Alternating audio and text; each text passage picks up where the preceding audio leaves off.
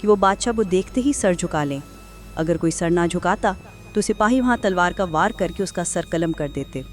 اس بادشاہ نے جب نینوا پر حملہ کیا تو وہاں اس قدر لوگوں کو ہلاک کیا کہ ان کی کھوپڑیوں کا ایک بہت اونچا مینار تعمیر کروایا۔ اس بادشاہ کی ملکہ کا نام سمیرامیز تھا۔ وہ ملکہ شام کی رہنے والی تھی، جہاں کے خوبصورت باغوں کو یاد کر کے وہ ہمیشہ اداس رہا کرتی تھی۔ بخت نصر نے اس کی دلجوئی اور خوشی کے لیے اپنے محل کی چوتھی منزل پر زمین ہموار کر کے گھنے درخت اور باغ لگوائے، جو دنیا کے عجائب میں شمار ہوتے ہیں۔ اس وقت ایسے باغ لگوانا جو محل کی چوتھی منزل پر ہوں، ایک حیرت انگیز کارنامہ تھا۔ آج کے انجینئر اس بات پر حیران ہیں کہ چوتھی منزل پر گھنے درختوں اور باغات کو پانی کیسے دیا جاتا تھا۔ لیکن بخت نصر شاہ بابل کے انجینئروں نے یہ کارنامہ بھی کر دکھایا تھا۔ دریائے فرات سے ایک نہر نکال کر چھوٹے چھوٹے منہ بند نالوں کے ذریعے محل کی چوتھی منزل تک پہنچائی گئی تھی، جو لٹکتے ہوئے باغوں کو سیراب کرتی تھی۔ اسی شہر بابل میں ایک گہرا کنواں بھی تھا، جو تاریخ میں چاہ بابل کے نام سے مشہور ہے۔ کہتے ہیں کہ شاہ بابل کے حکم سے اس دور کے سائنسدان نے تانبے کا ایک ایسا چاند ایجاد کیا تھا جو اس کنویں سے نکل کر تھوڑی دیر کے لیے آسمان پر چمکتا اور پھر اسی کنویں میں اتر جاتا۔ شاہ بابل بخت نصر ایک ایسا مینار بنوانے کا بڑا خواہش مند تھا جو آسمان تک پہنچ جائے اور وہ خود اس کے اوپر چڑھ کر ستاروں کو دیکھے۔ تاریخ میں اسے مینار بابل کے نام سے لکھا گیا ہے۔ کہتے ہیں کہ عراق میں دریائے فرات کے کنارے ایک ویران علاقے میں اس مینار کے ٹوٹے پھوٹے پتھر آج بھی پڑے ہوئے ملتے ہیں۔ جس وقت عنبر بابل کی سرحد کے قریب پہنچ رہا تھا تو شہر میں بادشاہ بخت نصر دوم کے حکم سے اس مینار کی تعمیر کا کام شروع ہو چکا تھا۔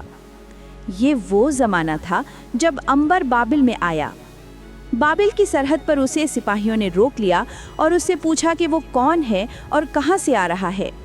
عنبر نے انہیں بتایا کہ وہ ایک حکیم ہے، شہر ایلام کا رہنے والا ہے اور جڑی بوٹیوں سے بیمار لوگوں کا علاج کرتا ہے۔ سرحدی سپاہیوں نے اسے کچھ نہ کہا اور ملکہ بابل کی سرحد میں داخل ہونے کی اجازت دے دی۔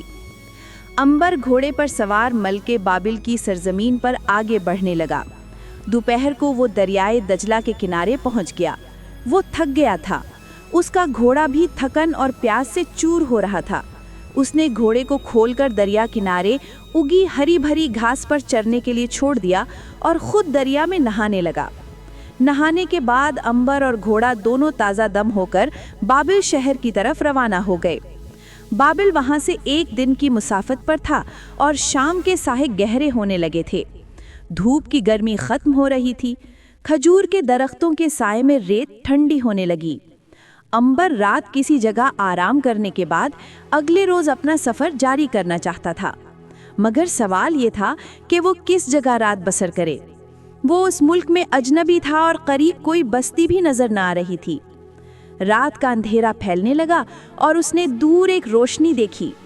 یہ ایک پرانی سی حویلی تھی جس کے دروازے پر مشل جل رہی تھی۔ قریب پہنچ کر عنبر نے دیکھا کہ حویلی کے باہر ایک سپاہی ڈھال کندھے پر لٹکائے بڑا سا نیزہ ہاتھ میں لیے پہرا دے رہا ہے۔ وہ ٹھٹک گیا اور سوچنے لگا کہ کہیں وہ کسی مصیبت میں گرفتار نہ ہو جائے، اس لیے اسے وہاں سے چلے جانا چاہیے۔ وہ یہ سوچ ہی رہا تھا کہ اس کا گھوڑا ہنہنایا۔ آواز سن کر پہرے دار نے آواز دی، جو کوئی بھی ہو وہیں کھڑا ہو جائے۔ عنبر رک گیا۔ پہرے دار قریب آ گیا۔ اس نے عنبر کو غور سے دیکھا۔ کون ہو تم؟ عنبر نے اسے بتایا کہ وہ افریقہ سے آیا ہے اور ایک حکیم ہے۔ پہرے دار نے پوچھا، کہاں جا رہے ہو؟ شہر بابل کی طرف۔ یہاں کیوں کھڑے ہو گئے تھے؟ میں صبح سے سفر کر رہا ہوں، تھک گیا تھا، رات بسر کرنے کے لیے کوئی جگہ تلاش کر رہا تھا۔ اس جگہ روشنی دیکھی تو آ گیا کہ شاید یہ کوئی سرائے ہے۔ پہرے دار نے زوردار کہکہا لگایا۔ اب اس کے 2 اور ساتھی بھی وہاں آ گئے اور عنبر کو سر سے پاؤں تک گھورنے لگے اور اس کا مذاق اڑانے لگے۔ تم اسے سرائے کہتے ہو؟ پہرے دار نے ایک اور کہکہا لگایا اور عنبر کے پاؤں پر نیزے کا پھک مار کر بولا، چلو اندر، تم بھی اس حویلی میں چلو۔ تینوں سپاہی عنبر کو نیزے چھبوتے ہوئے حویلی کی دہلیز میں لے آئے۔ انہوں نے اس کی تلاشی لی، اس کے پاس سے سارے پیسے اور گھوڑا چھین لیا۔ امبر نے کہا، کیا تم لوگ پردیسیوں سے یہی سلوک کرتے ہو؟ اس پر ایک سپاہی نے زور سے امبر کے منہ پر مکہ مارا۔ امبر لڑکھڑا کر گر پڑا اور اس کے ہونٹوں سے خون بہنے لگا۔ امبر نے زمین پر سے اٹھ کر کہا، اگر آپ لوگ میرا دواؤں والا جھولا دے دیں تو میں اپنے پھٹے ہوئے ہونٹ کا علاج کر لوں گا۔ یہ لو اپنا جھولا۔ پہرے دار نے جھولا امبر کی گود میں پھینک دیا اور ساتھ ہی دوسرے سپاہی نے بڑے زور سے ایک اور گھونسا امبر کی گردن پر مارا۔ امبر کا خون کھول اٹھا، مگر اس نے بڑے صبر سے کام لیا۔ وہ نئے شہر میں آتے ہی کسی سے لڑائی جھگڑا نہیں کرنا چاہتا تھا۔ ایک سپاہی نے کہا، تم ہمارا مقابلہ کیوں نہیں کرتے؟ امبر نے کہا، میں کسی سے لڑنا نہیں چاہتا، میں پرامن رہنا چاہتا ہوں۔ سپاہی پاگلوں کی طرح بھڑکنے لگے۔ ایک نے نیزہ امبر کی طرف پھینک کر کہا، اسے اٹھاؤ اور میرے ساتھ لڑائی کرو۔ اگر تم نے لڑتے ہوئے مجھے نیزے سے ہلاک نہ کیا تو میں تمہیں ہلاک کر دوں گا۔ امبر کی جان عجیب مصیبت میں پھنس گئی تھی۔ وہ لڑتا نہ تو مارا جاتا، مگر وہ نہیں مر سکتا تھا، لیکن خامخواہ اس کا یہ راز بھاش ہو جاتا کہ وہ ہمیشہ زندہ رہنے کے لیے پیدا ہوا ہے۔ امبر اپنا یہ راز کسی کو بھی نہیں بتانا چاہتا تھا، مگر احمق سپاہی جو شکل و صورت اور ڈیل ڈول سے پورا بھینسا لگتا تھا، امبر کو مجبور کر رہا تھا کہ وہ اس کا مقابلہ کرے۔ اس نے چیخ کر کہا، اٹھاؤ نیزہ، نہیں تو میں اپنے نیزے سے تمہارا جسم چھلنی کر دوں گا۔ اب امبر کے لیے سوائے اس کے اور کوئی چارہ نہ تھا کہ وہ نیزہ اٹھا کر سپاہی کا مقابلہ کرے۔ اس نے زمین پر گرا ہوا نیزہ اٹھا لیا۔ اس پر سپاہیوں نے خوشی کے نعرے بلند کیے۔ پہرے دار نے بھی نیزہ ہاتھ میں تھام لیا اور ایک دم پنتر بدل کر امبر پر حملہ کر دیا۔ امبر جلدی سے دوسری طرف ہٹ گیا، سپاہی بھی دوسری طرف ہو گیا اور دوبارہ نیزے سے وار کیا۔ امبر نے یہ وار بھی اپنے نیزے پر بچا لیا۔ لڑائی باقاعدہ شروع ہو گئی تھی۔ مشل کی روشنی میں دونوں ایک دوسرے کے سامنے کھڑے نیزے ہاتھوں میں لیے پنترے بدل رہے تھے۔ سپاہی بڑھ بڑھ کر امبر پر وار کر رہا تھا۔ امبر اس کا وار بچا رہا تھا اور خود حملہ نہیں کر رہا تھا۔ وہ خواہ کسی انسان کو ہلاک کرنا نہیں چاہتا تھا۔ باقی سپاہی شور مچا کر اور نعرے لگا کر اپنے ساتھی کا حوصلہ بڑھا رہے تھے۔ سپاہی بڑے جوش و خروش کے ساتھ لڑائی کر رہا تھا۔ وہ سچ کی لڑائی کر رہا تھا، جیسے امبر اس کا دشمن ہو اور وہ اسے ہر قیمت پر ہلاک کر دینا چاہتا ہو۔ امبر وار بچاتے بچاتے تھک گیا تھا، لیکن ہٹا کٹا سپاہی اس طرح تازہ دم تھا، یوں لگتا تھا جیسے وہ امبر کے جسم میں نیزہ پھونک کر ہی دم لے گا۔ امبر نے فیصلہ کیا کہ اس احمق اور جاہل کو تھوڑا سا سبق سکھانا چاہیے۔ اس دفعہ اس نے بھی آگے بڑھ کر حملہ شروع کر دیا۔ سپاہی نے خوش ہو کر نعرہ لگایا۔ امبر نے ایک وار خالی کرتے ہوئے اپنا نیزہ کچھ اس طرح گھمایا کہ اس کی نوک سپاہی کی گردن پر رکھ دی اور ذرا سا دبا کر کہا، میں اگر چاہوں تو تمہیں ہلاک کر سکتا ہوں، مگر میں ایسا نہیں کروں گا۔ میں یوں ہی تمہارے خون سے اپنا ہاتھ رنگنا نہیں چاہتا، میں تمہیں معاف کرتا ہوں۔ امبر نے نیزہ کھینچ لیا۔ اس پر سپاہی نے چیخ کر کہا، بددل ذلیل، تو نے مجھ سے احسان کیوں کیا؟ تم نے مجھے نہ مار کر میری بہادری کی توہین کی ہے۔ اب میں تمہیں زندہ نہیں چھوڑوں گا۔ میرے ساتھیوں گواہ رہنا، اس کمینے اجنبی نے میری بے عزتی کی ہے۔ میں اب اسے ہلاک کرنے لگا ہوں۔ باقی سپاہیوں نے شیخی سن کر کہا، اسے فوراً ہلاک کر دو۔ مردوخ کی قسم، اس بزدل کمینے کو فوراً نیست و نابود کر دو۔ اس نے شاہ بابل کی فوج کی توہین کی ہے۔ دوسرے سپاہیوں کی شیخی سن کر سپاہی دیوانہ ہو گیا اور پاگل درندے کی طرح بڑھ چڑھ کر دائیں بائیں سے نیزے کے وار کرنے لگا۔ امبر دن بھر کے سفر کا تھکا ہوا تھا، وہ گھبرا گیا۔ ایک بار جو سپاہی کا وار بچانے لگا تو اس سے غلطی ہو گئی، اس کا پاؤں پھسل گیا، وہ زمین پر گر پڑا اور سپاہی نے چیخ مار کر پوری طاقت سے نیزہ امبر کے سینے میں گھونپ دیا۔ سپاہی خوشی سے رقص کرنے لگے۔ ان کا خیال تھا کہ امبر تڑپ تڑپ کر مر جائے گا اور اس کے خون سے زمین سرخ ہو جائے گی، مگر وہ کچھ یہ دیکھ کر دہشت زدہ ہو گئے کہ امبر نیزے سمیت زمین سے اٹھا۔ اس نے زور لگا کر سینے میں کھسا ہوا نیزہ نکال کر پرے پھینک دیا اور کپڑے جھاڑنے لگا۔ سپاہیوں کی حالت دیکھنے والی تھی، ان کی آنکھیں پھٹی کی پھٹی رہ گئی تھیں اور وہ بت بنے امبر کو کپڑے جھاڑتے دیکھ رہے تھے۔ وہ حیرت زدہ تھے کہ امبر کے جسم سے خون کا ایک قطرہ تک نہیں بہا تھا، حالانکہ اگر سپاہی کا وہ نیزہ کسی ہاتھی کے پیٹ میں لگ جاتا تو وہ تڑپ تڑپ کر جان دے دیتا۔ اس کے برعکس امبر ویسے کا ویسا کھڑا تھا۔ سپاہی نے آگے بڑھ کر امبر کا جسم دیکھا، وہاں کوئی زخم نہیں تھا۔ دوسرے سپاہی نے چیخ کر کہا، اسے ہلاک کر دو۔ اب انہوں نے بار بار امبر کو نیزے مارنے شروع کر دیے۔ ہوتا یہ کہ نیزہ امبر کے جسم سے پار ہو کر باہر نکل جاتا، امبر کے جسم میں سوراخ ہوتا اور خون کا ایک قطرہ بہے بغیر سوراخ اپنے آپ بند ہو جاتا۔ سپاہی خوف سے تھر تھر کانپنے لگے۔